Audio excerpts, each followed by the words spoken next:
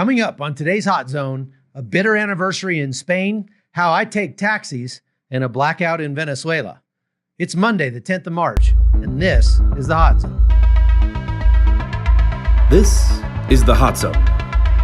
Engaging with the news in a whole new way, international war correspondent Chuck Holton brings insight into areas of crisis and lets you help those affected. Hey folks, happy Monday to you. I spent all last week in Virginia Beach doing various TV show appearances for the Christian Broadcasting Network. I've got some really exciting travel planned in the near future, but today I want to look at what happened over the weekend. By the way, if you haven't done so already, please go check out patreon.com/hotzone. You can support us there, support the podcast for at least as little as $3 a month, and watch as I put that money to good use around the globe, helping people that I'm reporting on. It's a new idea in journalism, hasn't really been done before. Now you don't have to just be depressed when you hear about what's happening in the world's hotspots. You can actually join me in doing something about it. So you're getting a real-time, boots-on-the-ground perspective of what's happening and meeting the people it's happening to. And then you're able to kind of reach through the news and touch those people's lives in a tangible way. I'm having a lot of fun with it, and I know you will too. So check out patreon.com/hotzone if you please. Okay, in Cancun over the weekend, there was a family of tourists that narrowly avoided being injured or killed when the taxi they were riding in was shot at by unknown assailants. The driver was injured, and fortunately, that's all that happened. But, I thought I'd share the way that I choose taxis when I'm traveling. Because, getting a taxi is pretty fraught with risk. And kidnappers often pose as taxi drivers to capture someone for ransom. And even if that doesn't happen, a lot of taxi drivers see your gringo face and automatically triple the price on you. We call that the gringo tax. And it really bugs me. So here's what I do. When I go to take a taxi, first of all, I check to see if I can get an Uber instead because, Uber's not perfect, but I've used it all over the globe. And that's one killer app that solves most problems a traveler would have with a taxi. Like the prices are preset. You don't have to speak English to the guy to tell him where to go. And you have a record of who he is in case there's a problem. If Uber isn't an option, though, for whatever reason, I always follow this one simple rule. Never take a taxi that's offered to you. I mean, when the guy walks up and asks you if you want a taxi, I always say no and then walk by because I like to go find the guy who's taking a nap or who just pulled up and then jump in with that guy because as long as you make sure you negotiate the rate before you open the door, you should be okay. I mean, I want the driver to be surprised that I showed up in his car because if he's surprised, he probably isn't going to have time to arrange a kidnapping. Now, let's go on to Spain. Sunday was the 15-year anniversary of the Madrid train bombings, which was a coordinated terror attack on Madrid's train system that resulted in about 2,000 casualties and almost 200 deaths. It was Spain's 9/11. And a few years ago, I went to Madrid and made a Frontlines episode about it. Here's an excerpt of that.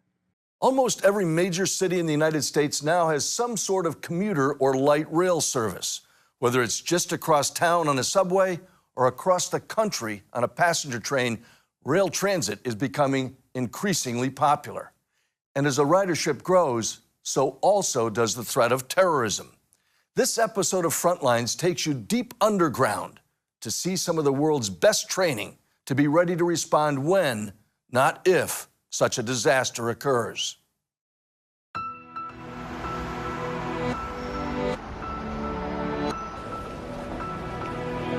Metro and light rail trains in the United States carry more than 3.5 billion travelers every year. That's 30 times more than those who travel by air. It's a safe and convenient, economical way to get around, especially in crowded metropolitan areas.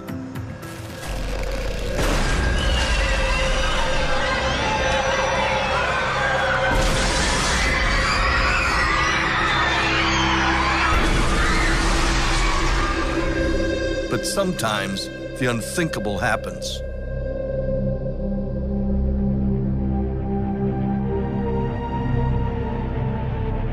On 11 March 2004, the urban and suburban workers of Madrid set out to work, expecting no more than their average daily commute.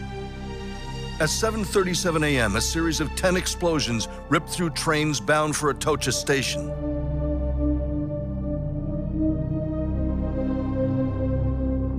Moments after the explosions, first responders rushed in and set up field expedient hospitals to help the more than 2,000 dead and wounded.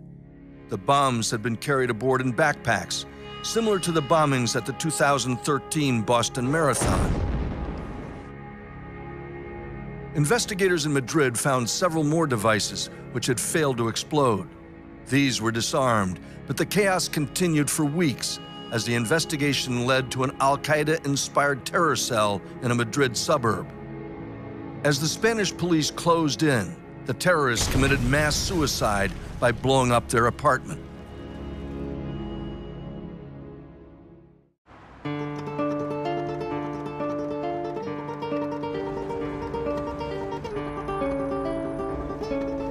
Spain has a very young and cosmopolitan culture, and it's easy to see here on this pedestrian shopping street in downtown Madrid. It's a real immigrant hub, and that's represented by the numbers of people killed during the bombing. 17 different countries were represented. 191 people also means it was the most deadly terror attack in Spain's history. More than a third of Madrid's residents commute using these trains every day. Attacks like this have a profound impact on the culture. Though they continue to use the train system heavily, Spaniards are today much more security conscious. No fear, no revenge, just peace. In the days after the bombing, the government asked people to send messages of condolence, and thousands of those messages were written here in all different languages, enshrined in this memorial to those who died. There's a wall in front that has the names of all those 191 killed. And I think the central message here is that they're not going to be cowed by cowards who murder innocent people.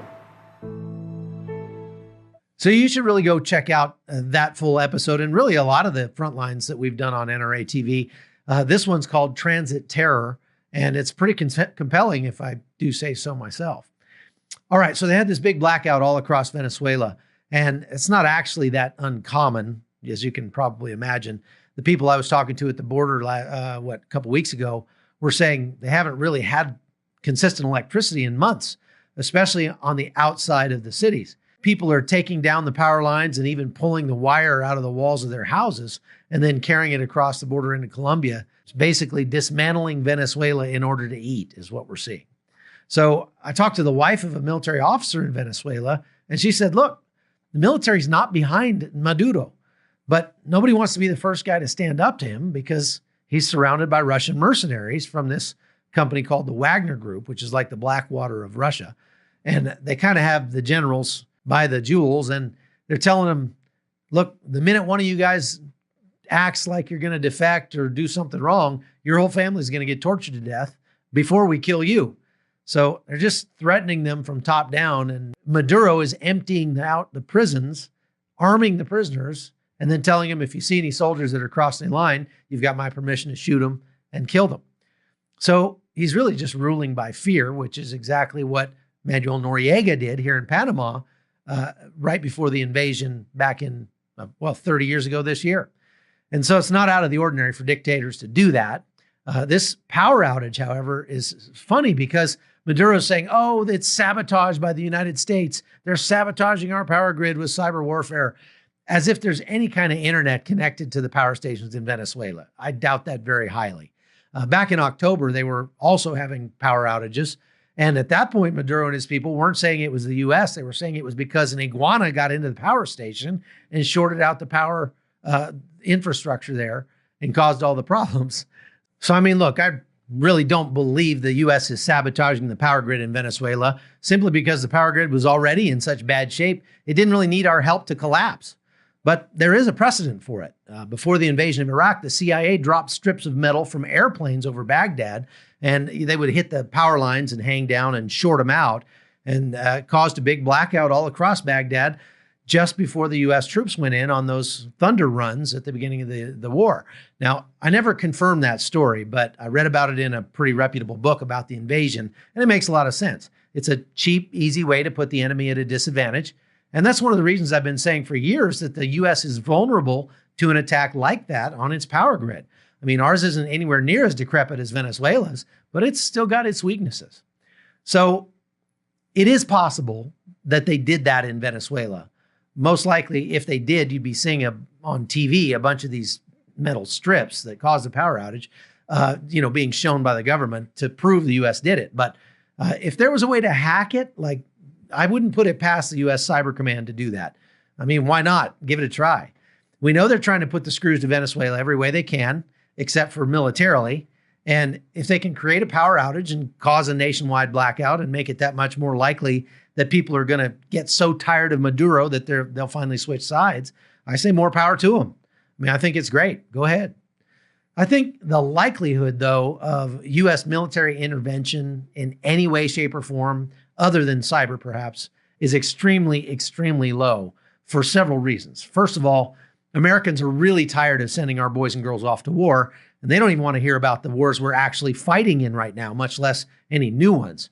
Number two, although a lot of Latin America would love to see Maduro go, at the same time, every country in the whole of Latin America is really sensitive to having U.S. military do anything in this region because of the various invasions and stuff that we've done in the past.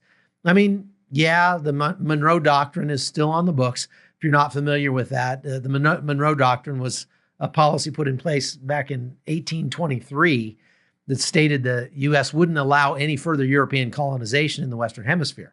So some within the Trump administration, and even the president himself, have said that they believe the fact that there are Russian and Cuban troops protecting Maduro goes against the Monroe Doctrine and gives us a duty to intervene. However, I really don't think that would work in our long-term interests for the U.S. military to invade Venezuela, because we'd be getting rid of one dictator, but we'd turn a lot of Latin American countries that are kind of on the fence about the U.S. against us if we did that. Now, not only that, but I said this to a Venezuelan guy who asked me why the U.S. wasn't invading to depose Maduro.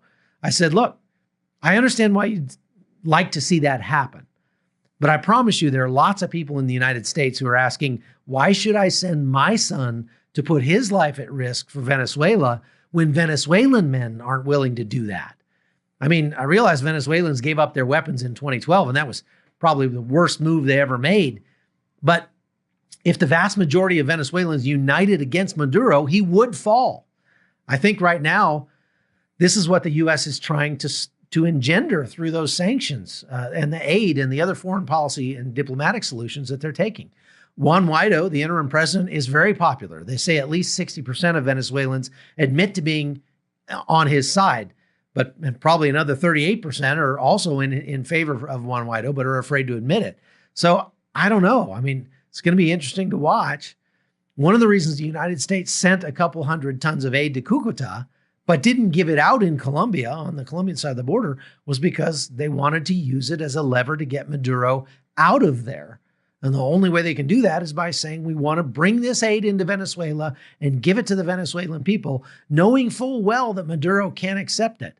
And so it shows him for who he is. There's a difference between what I should do personally when I see another human being suffering and what the government should do. I should help them, right? I mean, that's showing the love of Christ. But there's a difference between that and what the government should do, according to Romans 13. The government is God's agent of wrath against the evildoers.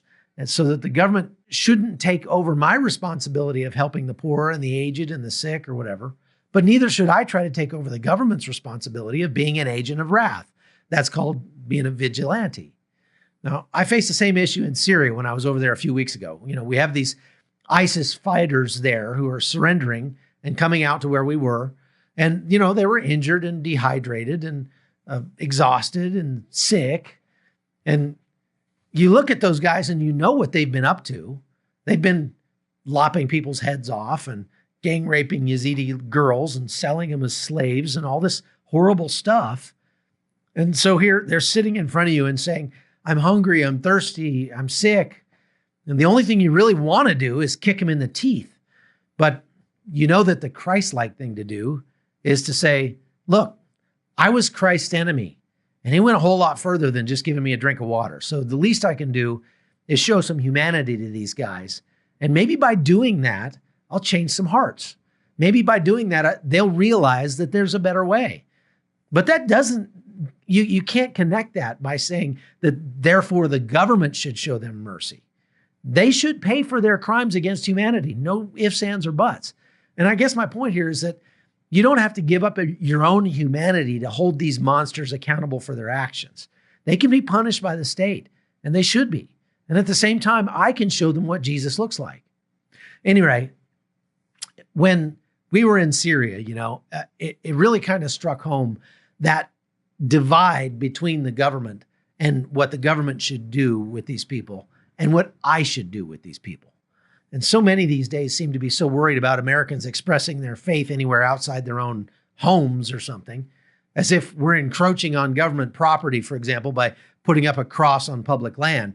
Look, we don't need to be worried about the people encroaching on the government. We need to be worried about the government encroaching on our responsibilities, which is, feeding the hungry, taking care of the old and the sick and the widows and orphans and that sort of thing.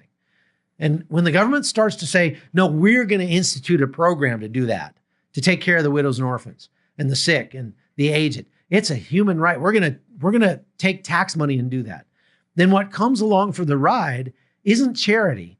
It's a perversion of charity, because there are always strings attached. Like, the Democrats are the ones voting for this. So, people are going to vote for the Democrats more. So essentially they're using public funds, which is money that that the government took from some people, to buy the votes of other people. And that isn't charity. It's a perversion of charity. So that's my point in all this. I'm learning these lessons, and I hope you're learning them along with me as I go report on the caravan, as I go report on the situation in Syria or the situation in Venezuela. There are very often times where you're helping people that you feel like maybe I shouldn't be helping because they're going to be breaking the law by entering the United States illegally, for example. Well, I'm not going to help them by carrying them to the northern border, to the U.S. But if they're starving to death, I'm going to save their lives. If they are sick, I'm going to give them some medicine. And I don't think that there's necessarily a real problem, a conflict in that. So that's my opinion. I know you didn't ask for it, but hey, you're watching my podcast, so good for you. Thanks for being here. We'll be back again tomorrow, and I hope you will be too. I hope you'll go and like and subscribe to the podcast, share it with your friends, and go on over to opslens.com and check out some of their other shows. They've got a lot of really good stuff over there, and we are very proud to be a part of it. So thanks for being a part of the Hot Zone podcast. I'm Chuck Holton. We'll see you tomorrow. The Hot Zone is produced by Amy Holton and Livefire Media. Copyright 2019.